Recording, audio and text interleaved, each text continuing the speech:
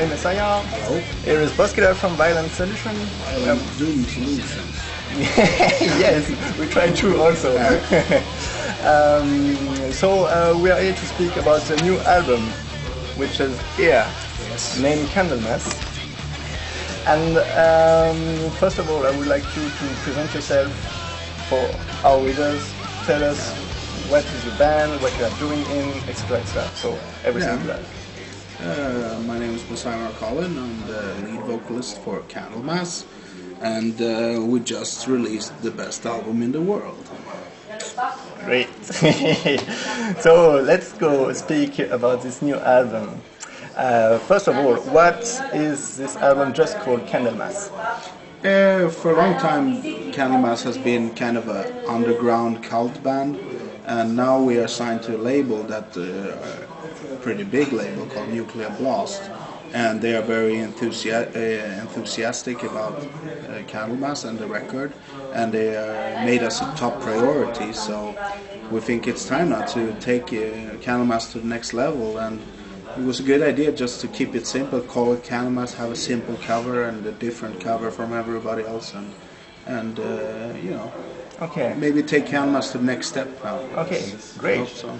And do you think that signature on Nuclear Blast as some kind of rebirth or a new step forward? Yeah, we never had a record company that was, you know, very enthusiastic before, and feels really good, you know, and they have a lot of power to take us places, and they have very good distributions. You can actually find the album in the stores, which is not so easy always, you know. So, okay, sounds good. So now tell me about the genesis of the new album, because I've seen on your webpage that you've got a lot of problem in the band. Well, you we did. You split it. You split it up. Yeah, we split up the band. Yeah. Well, basically, we started the whole reunion thing to promote our old albums, which were remastered, and we did that, and we did a lot of shows. At the same time, we started emailing each other about you know, all kinds of stuff.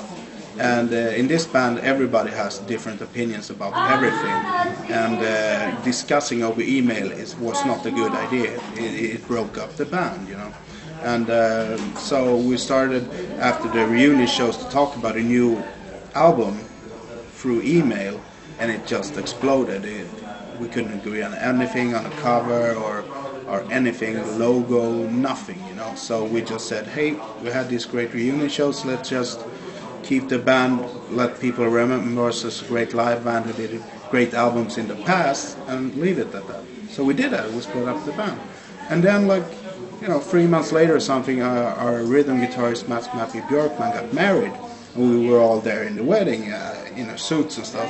And actually, the suit I wear in this picture is my own suit. I wear this for weddings, for funerals, and for going dancing with my wife. You know, so you've just won. Everybody else had to rent their suit. I already had mine, so that's pretty cool. There, maybe you can see that.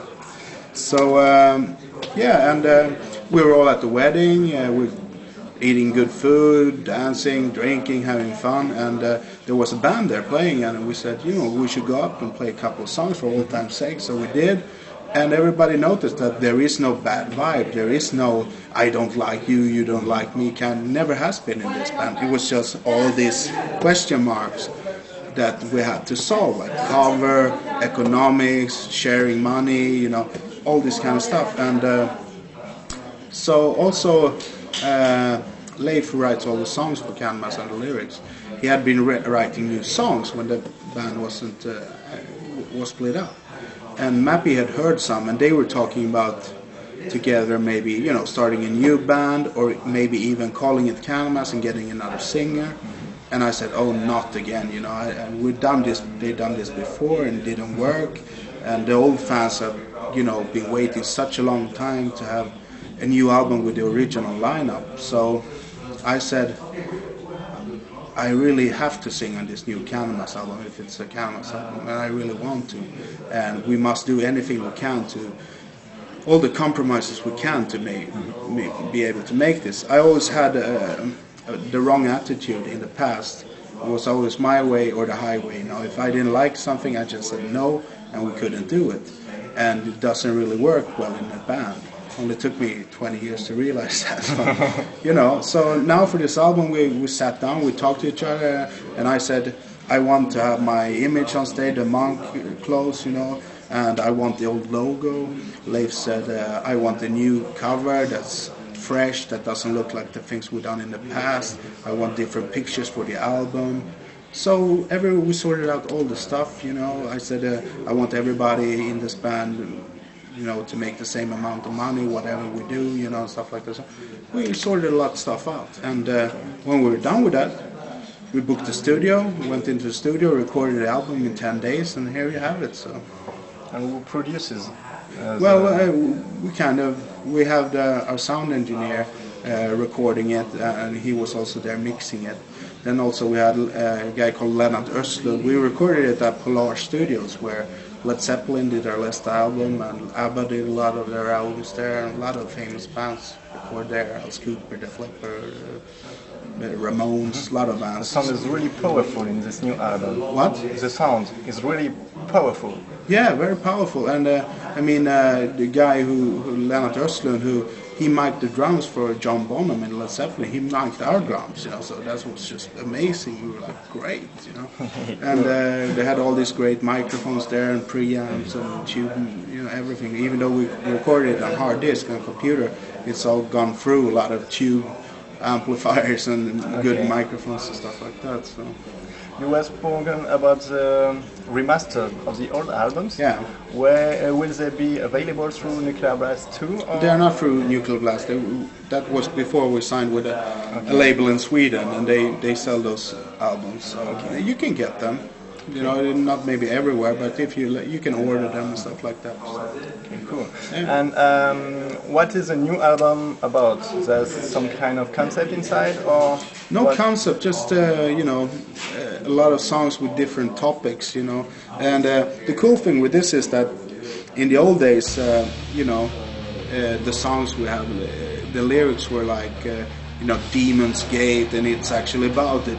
Gates to the demons and stuff like that, and fantasy lyrics, good versus evil, and a lot of, you know, mystery stuff.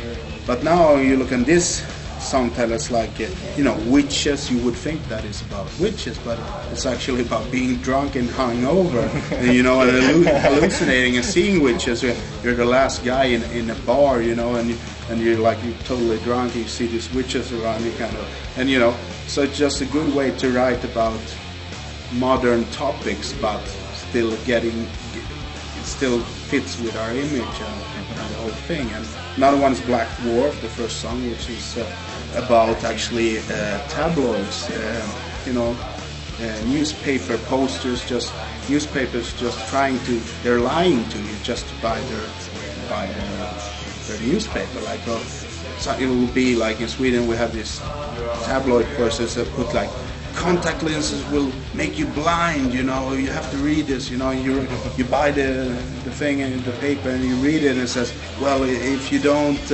really wash your contact lenses properly, you can make you blind. And it's just stupid just to sell magazines, you know, lying. And not just papers, it's TV and stuff. Copernicus is about, you know, all these reality shows on TV and, you know, people not being I really appreciate that title. Yeah, it could also be about Copernicus, you know, and the stars and stuff like that. So there's double meaning in a lot of the songs, you know, and everybody can interpret.